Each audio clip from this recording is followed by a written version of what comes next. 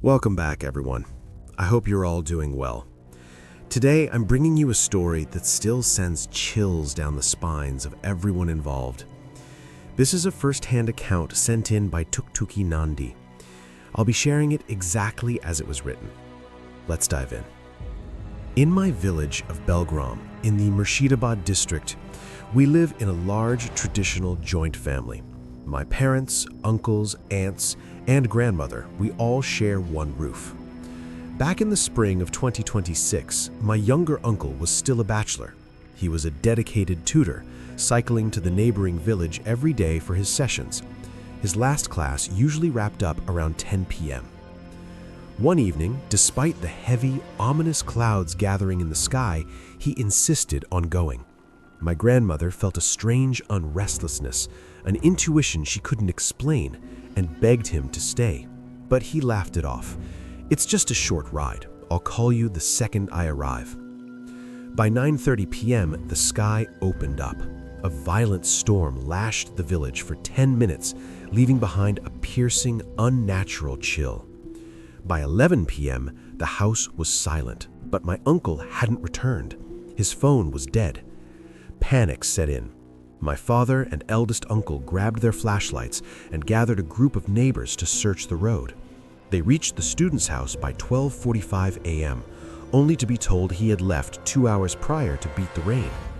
An elder in that village suggested they check a specific shortcut path, a narrow trail through dense jungle-like brush. It was a place locals avoided after dark, a place whispered to be a haven for criminals and things much worse. As the group moved down that path, their flashlights hit something white in the middle of the road. It looked like a body wrapped in a shroud. My father stepped forward, his heart hammering against his ribs. Just as he reached out, the figure sat up abruptly. The cloth fell away. It was my uncle, but his face was bloodless, ash white. He didn't look at them. In a voice that sounded like grinding stones, he growled, "Get out of here. Leave now, or you'll end up like me." My eldest uncle, thinking it was some sort of trauma-induced breakdown, tried to grab his arm. My uncle violently jerked away and began to sob, a loud, gut-wrenching wail that didn't sound human. They managed to carry his limp, unconscious body back home. When he finally woke up, he wouldn't speak. He just stared into the corner of the room. Later that night, the crying started again, coming from the prayer room. My father rushed in, calling out to him, "Brother, what is wrong with you?" My uncle turned. His eyes were wide, and when he spoke, two voices came out at once, one male, one female. "Who is your brother? I am Nur Jella." The air in the room turned ice cold. My grandmother gasped. She remembered that name. Years ago, my uncle had a student named Nur Jella. She had fallen deeply in love with him, but because of the rigid social and religious barriers between them, my uncle had turned her down. Heartbroken and desperate, she had taken her own life. The haunting escalated. At midnight, my grandmother found him missing from his bed. She looked up, and her scream awoke the entire house. My uncle was clinging to the ceiling like an insect, his fingers dug into the plaster, hanging upside down. He suddenly leapt from the ceiling onto my eldest uncle's shoulders. My uncle collapsed, claiming it felt like a 100-pound weight had just crushed his spine. It took a specialized spiritual healer, a tantric, to intervene.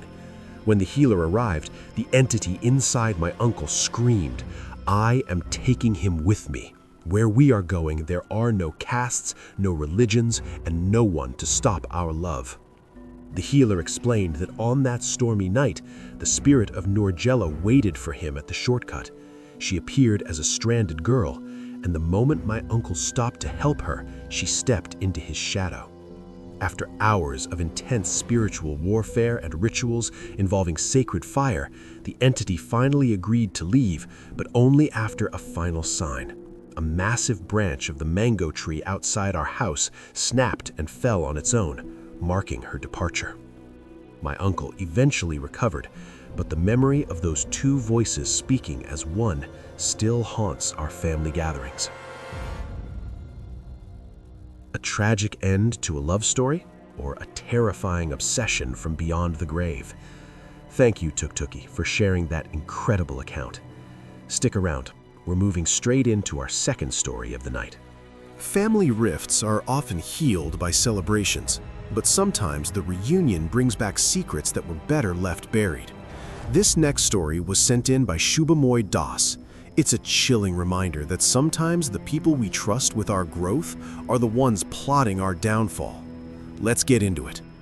After years of family tension and silence, a wedding finally brought my relatives back together on December 15, 2025. The air was filled with laughter and old stories, but as the night grew thin, the conversation turned to something darker. My cousin leaned in and whispered that their home had once been the target of a jinn, a dark spiritual entity sent specifically to torment his mother. The full story came from my older sister during a birthday gathering later that week. Years ago, she used to tutor a child in a nearby neighborhood. The child's father was a man who claimed to be a healer, a tantric. He seemed ordinary enough at first, but he had developed a disturbing, silent obsession with my sister. One day, he insisted on visiting our home. My sister, trying to be polite, agreed, but the moment he sat on the bed, his demeanor shifted. He pulled his legs up, perched like a predator, and began muttering under his breath in a low, rhythmic chant. It felt like he was stitching something into the very fabric of the room.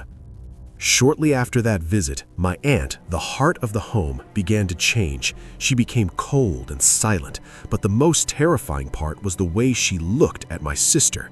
She would stare with a predatory, twisted expression, a look you'd expect from a depraved man, not a loving aunt. The house felt heavy, as if the air itself had turned into lead. Then came the night of the shadow.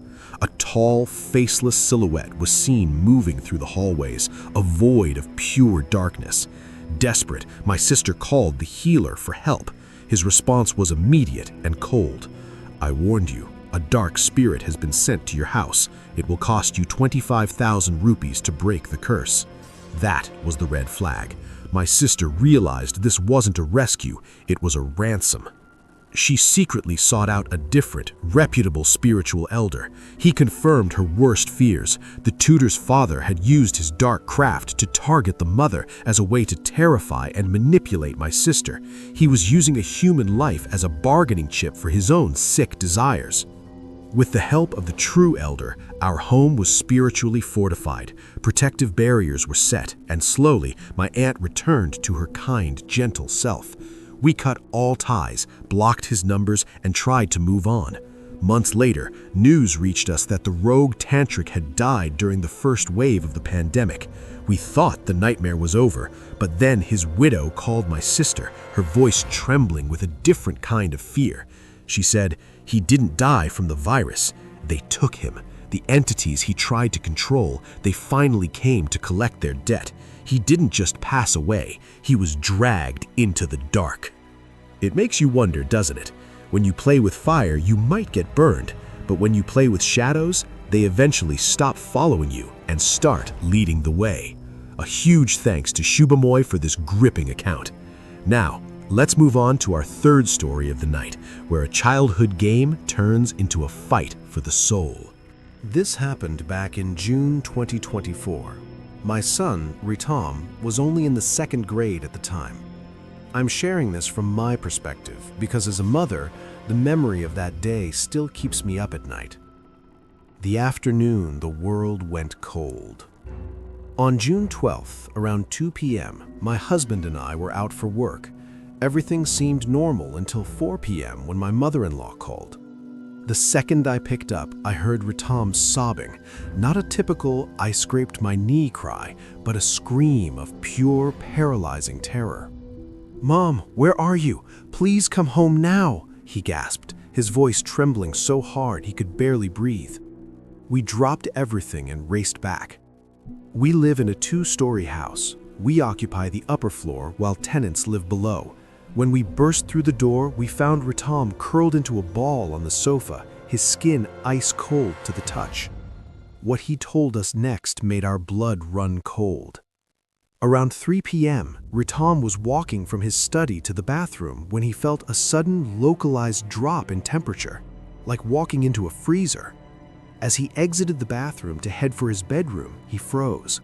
Standing right next to his bed was a 6-foot-tall, void black shadow. It was massive, looming over our pet dogs with its back turned to the door. Thinking it was a burglar, Ritam did something incredibly brave for an 8-year-old. He lunged forward and tried to put the intruder in a chokehold, but as his arms closed around the neck, he didn't feel skin or bone. He said it felt like reaching into a dense, freezing mist. It was the shape of a man, but the interior was nothing but empty darkness. As he tried to pull away in horror, the entity reacted. It reached out a long, jet-black arm and flicked its finger against Ritam's back. The force was unnatural. Ritam was launched across the room, slamming into his computer desk. The monitor shattered into pieces. By the time he scrambled to his feet, the room was empty.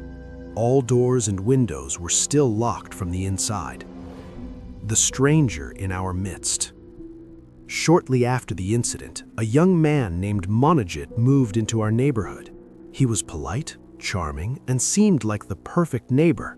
But slowly, Ritam started changing. He became obsessed with Monajit, following his every word like a puppet on a string. One afternoon, we decided to test this strange bond. We said something mildly critical of Monajit. Ritam's reaction was instantaneous and violent, a Jekyll and Hyde transformation. He flew into a demonic rage, slapping his grandmother and pinning me against the wall, his small hands tightening around my throat. He had the strength of a grown man. And the most terrifying part? Monajit was sitting in the corner of the room, watching the chaos with a cold, hollow smirk on his face. The aftermath. Desperate, we sought help from an expert in the occult from Sodupur. He confirmed our worst fears. Monajit was a practitioner of dark arts who had tethered an entity to Ritam to gain control over him. It took weeks of spiritual intervention and cleansing rituals to finally break the hold and bring our son back to us. Ritam is safe now, but the trauma lingers. We still can't shake the memory of that 6-foot shadow or the toxic, triumphant smile on Monajit's face as he watched our family crumble. Let's move on to the next story. My eldest aunt, Pishi, passed away not too long ago. She was the heart of our family and loved us deeply. Her death was sudden, but the events leading up to her final moments and the days that followed were shrouded in a mystery we still can't fully explain. The night she passed, something shifted in our home long before the news reached us. She died around 9 p.m., but starting at 8 p.m., a thick, putrid and damp smell began to spread through every room. It was an overwhelming, fishy stench that resisted every effort to mask it. My mother lit incense sticks and kept the fans at full speed, but the odor clung to the air like a heavy shroud. It felt as though an ominous warning was knocking at our door. Shortly after, the call came.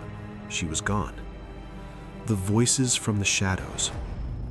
When her body was brought back to the house one last time around 3 a.m., the atmosphere turned even more surreal. My younger aunt's children, Sonu and Muni, were sitting in a corner of the hallway. Suddenly, they both gasped at the same time. They clearly heard a voice calling out to them from the upper floor, exactly the way my eldest aunt used to call them, Sonu, Muni. When they looked up toward the darkened staircase, they saw a silhouette standing there, watching. Even though she had physically left this world, her presence seemed to be wandering through the familiar corners of the house. The invisible guardian. Because of her long battle with kidney disease, my aunt always carried a very distinct, sharp smell of medicine. A few days after her passing, my younger aunt was sleeping alone in that same room. In her sleep, she began to roll toward the edge of the bed and was about to fall. At that exact second, she felt a pair of firm, strong hands shove her back into the center of the bed. It felt as though someone was trying to make space to lie down beside her. Immediately, the room was filled with that familiar, pungent scent of her medicine. My aunt knew then Big Pishi wasn't ready to let go of her loved ones just yet. The face at the window. My own encounter was perhaps the most chilling. One night, as I was drifting off to sleep, I heard my mother's voice calling me, "Hey, come here." I started to get up to answer, but then I froze. My mother was fast asleep in a completely different room. If she wasn't calling me, then who was? My heart hammered against my ribs, and I broke into a cold sweat. I felt eyes on me. I looked toward the window and saw a figure with a face covered in bright vermilion, sindoor, staring back at me. According to our customs, she had been adorned with a lot of sindoor before her cremation. It felt as if her restless soul had come back for one final look at the family she cherished. After the traditional funeral rites and the final memorial feast, the heavy scents and the shadows gradually faded. The house feels quiet now, but on certain lonely nights, I still get the feeling that she is somewhere nearby watching over us. That's all for today's episode. Stay safe, stay healthy, and stay alert. If you found this story chilling, don't forget to hit the like button. See you in the next one.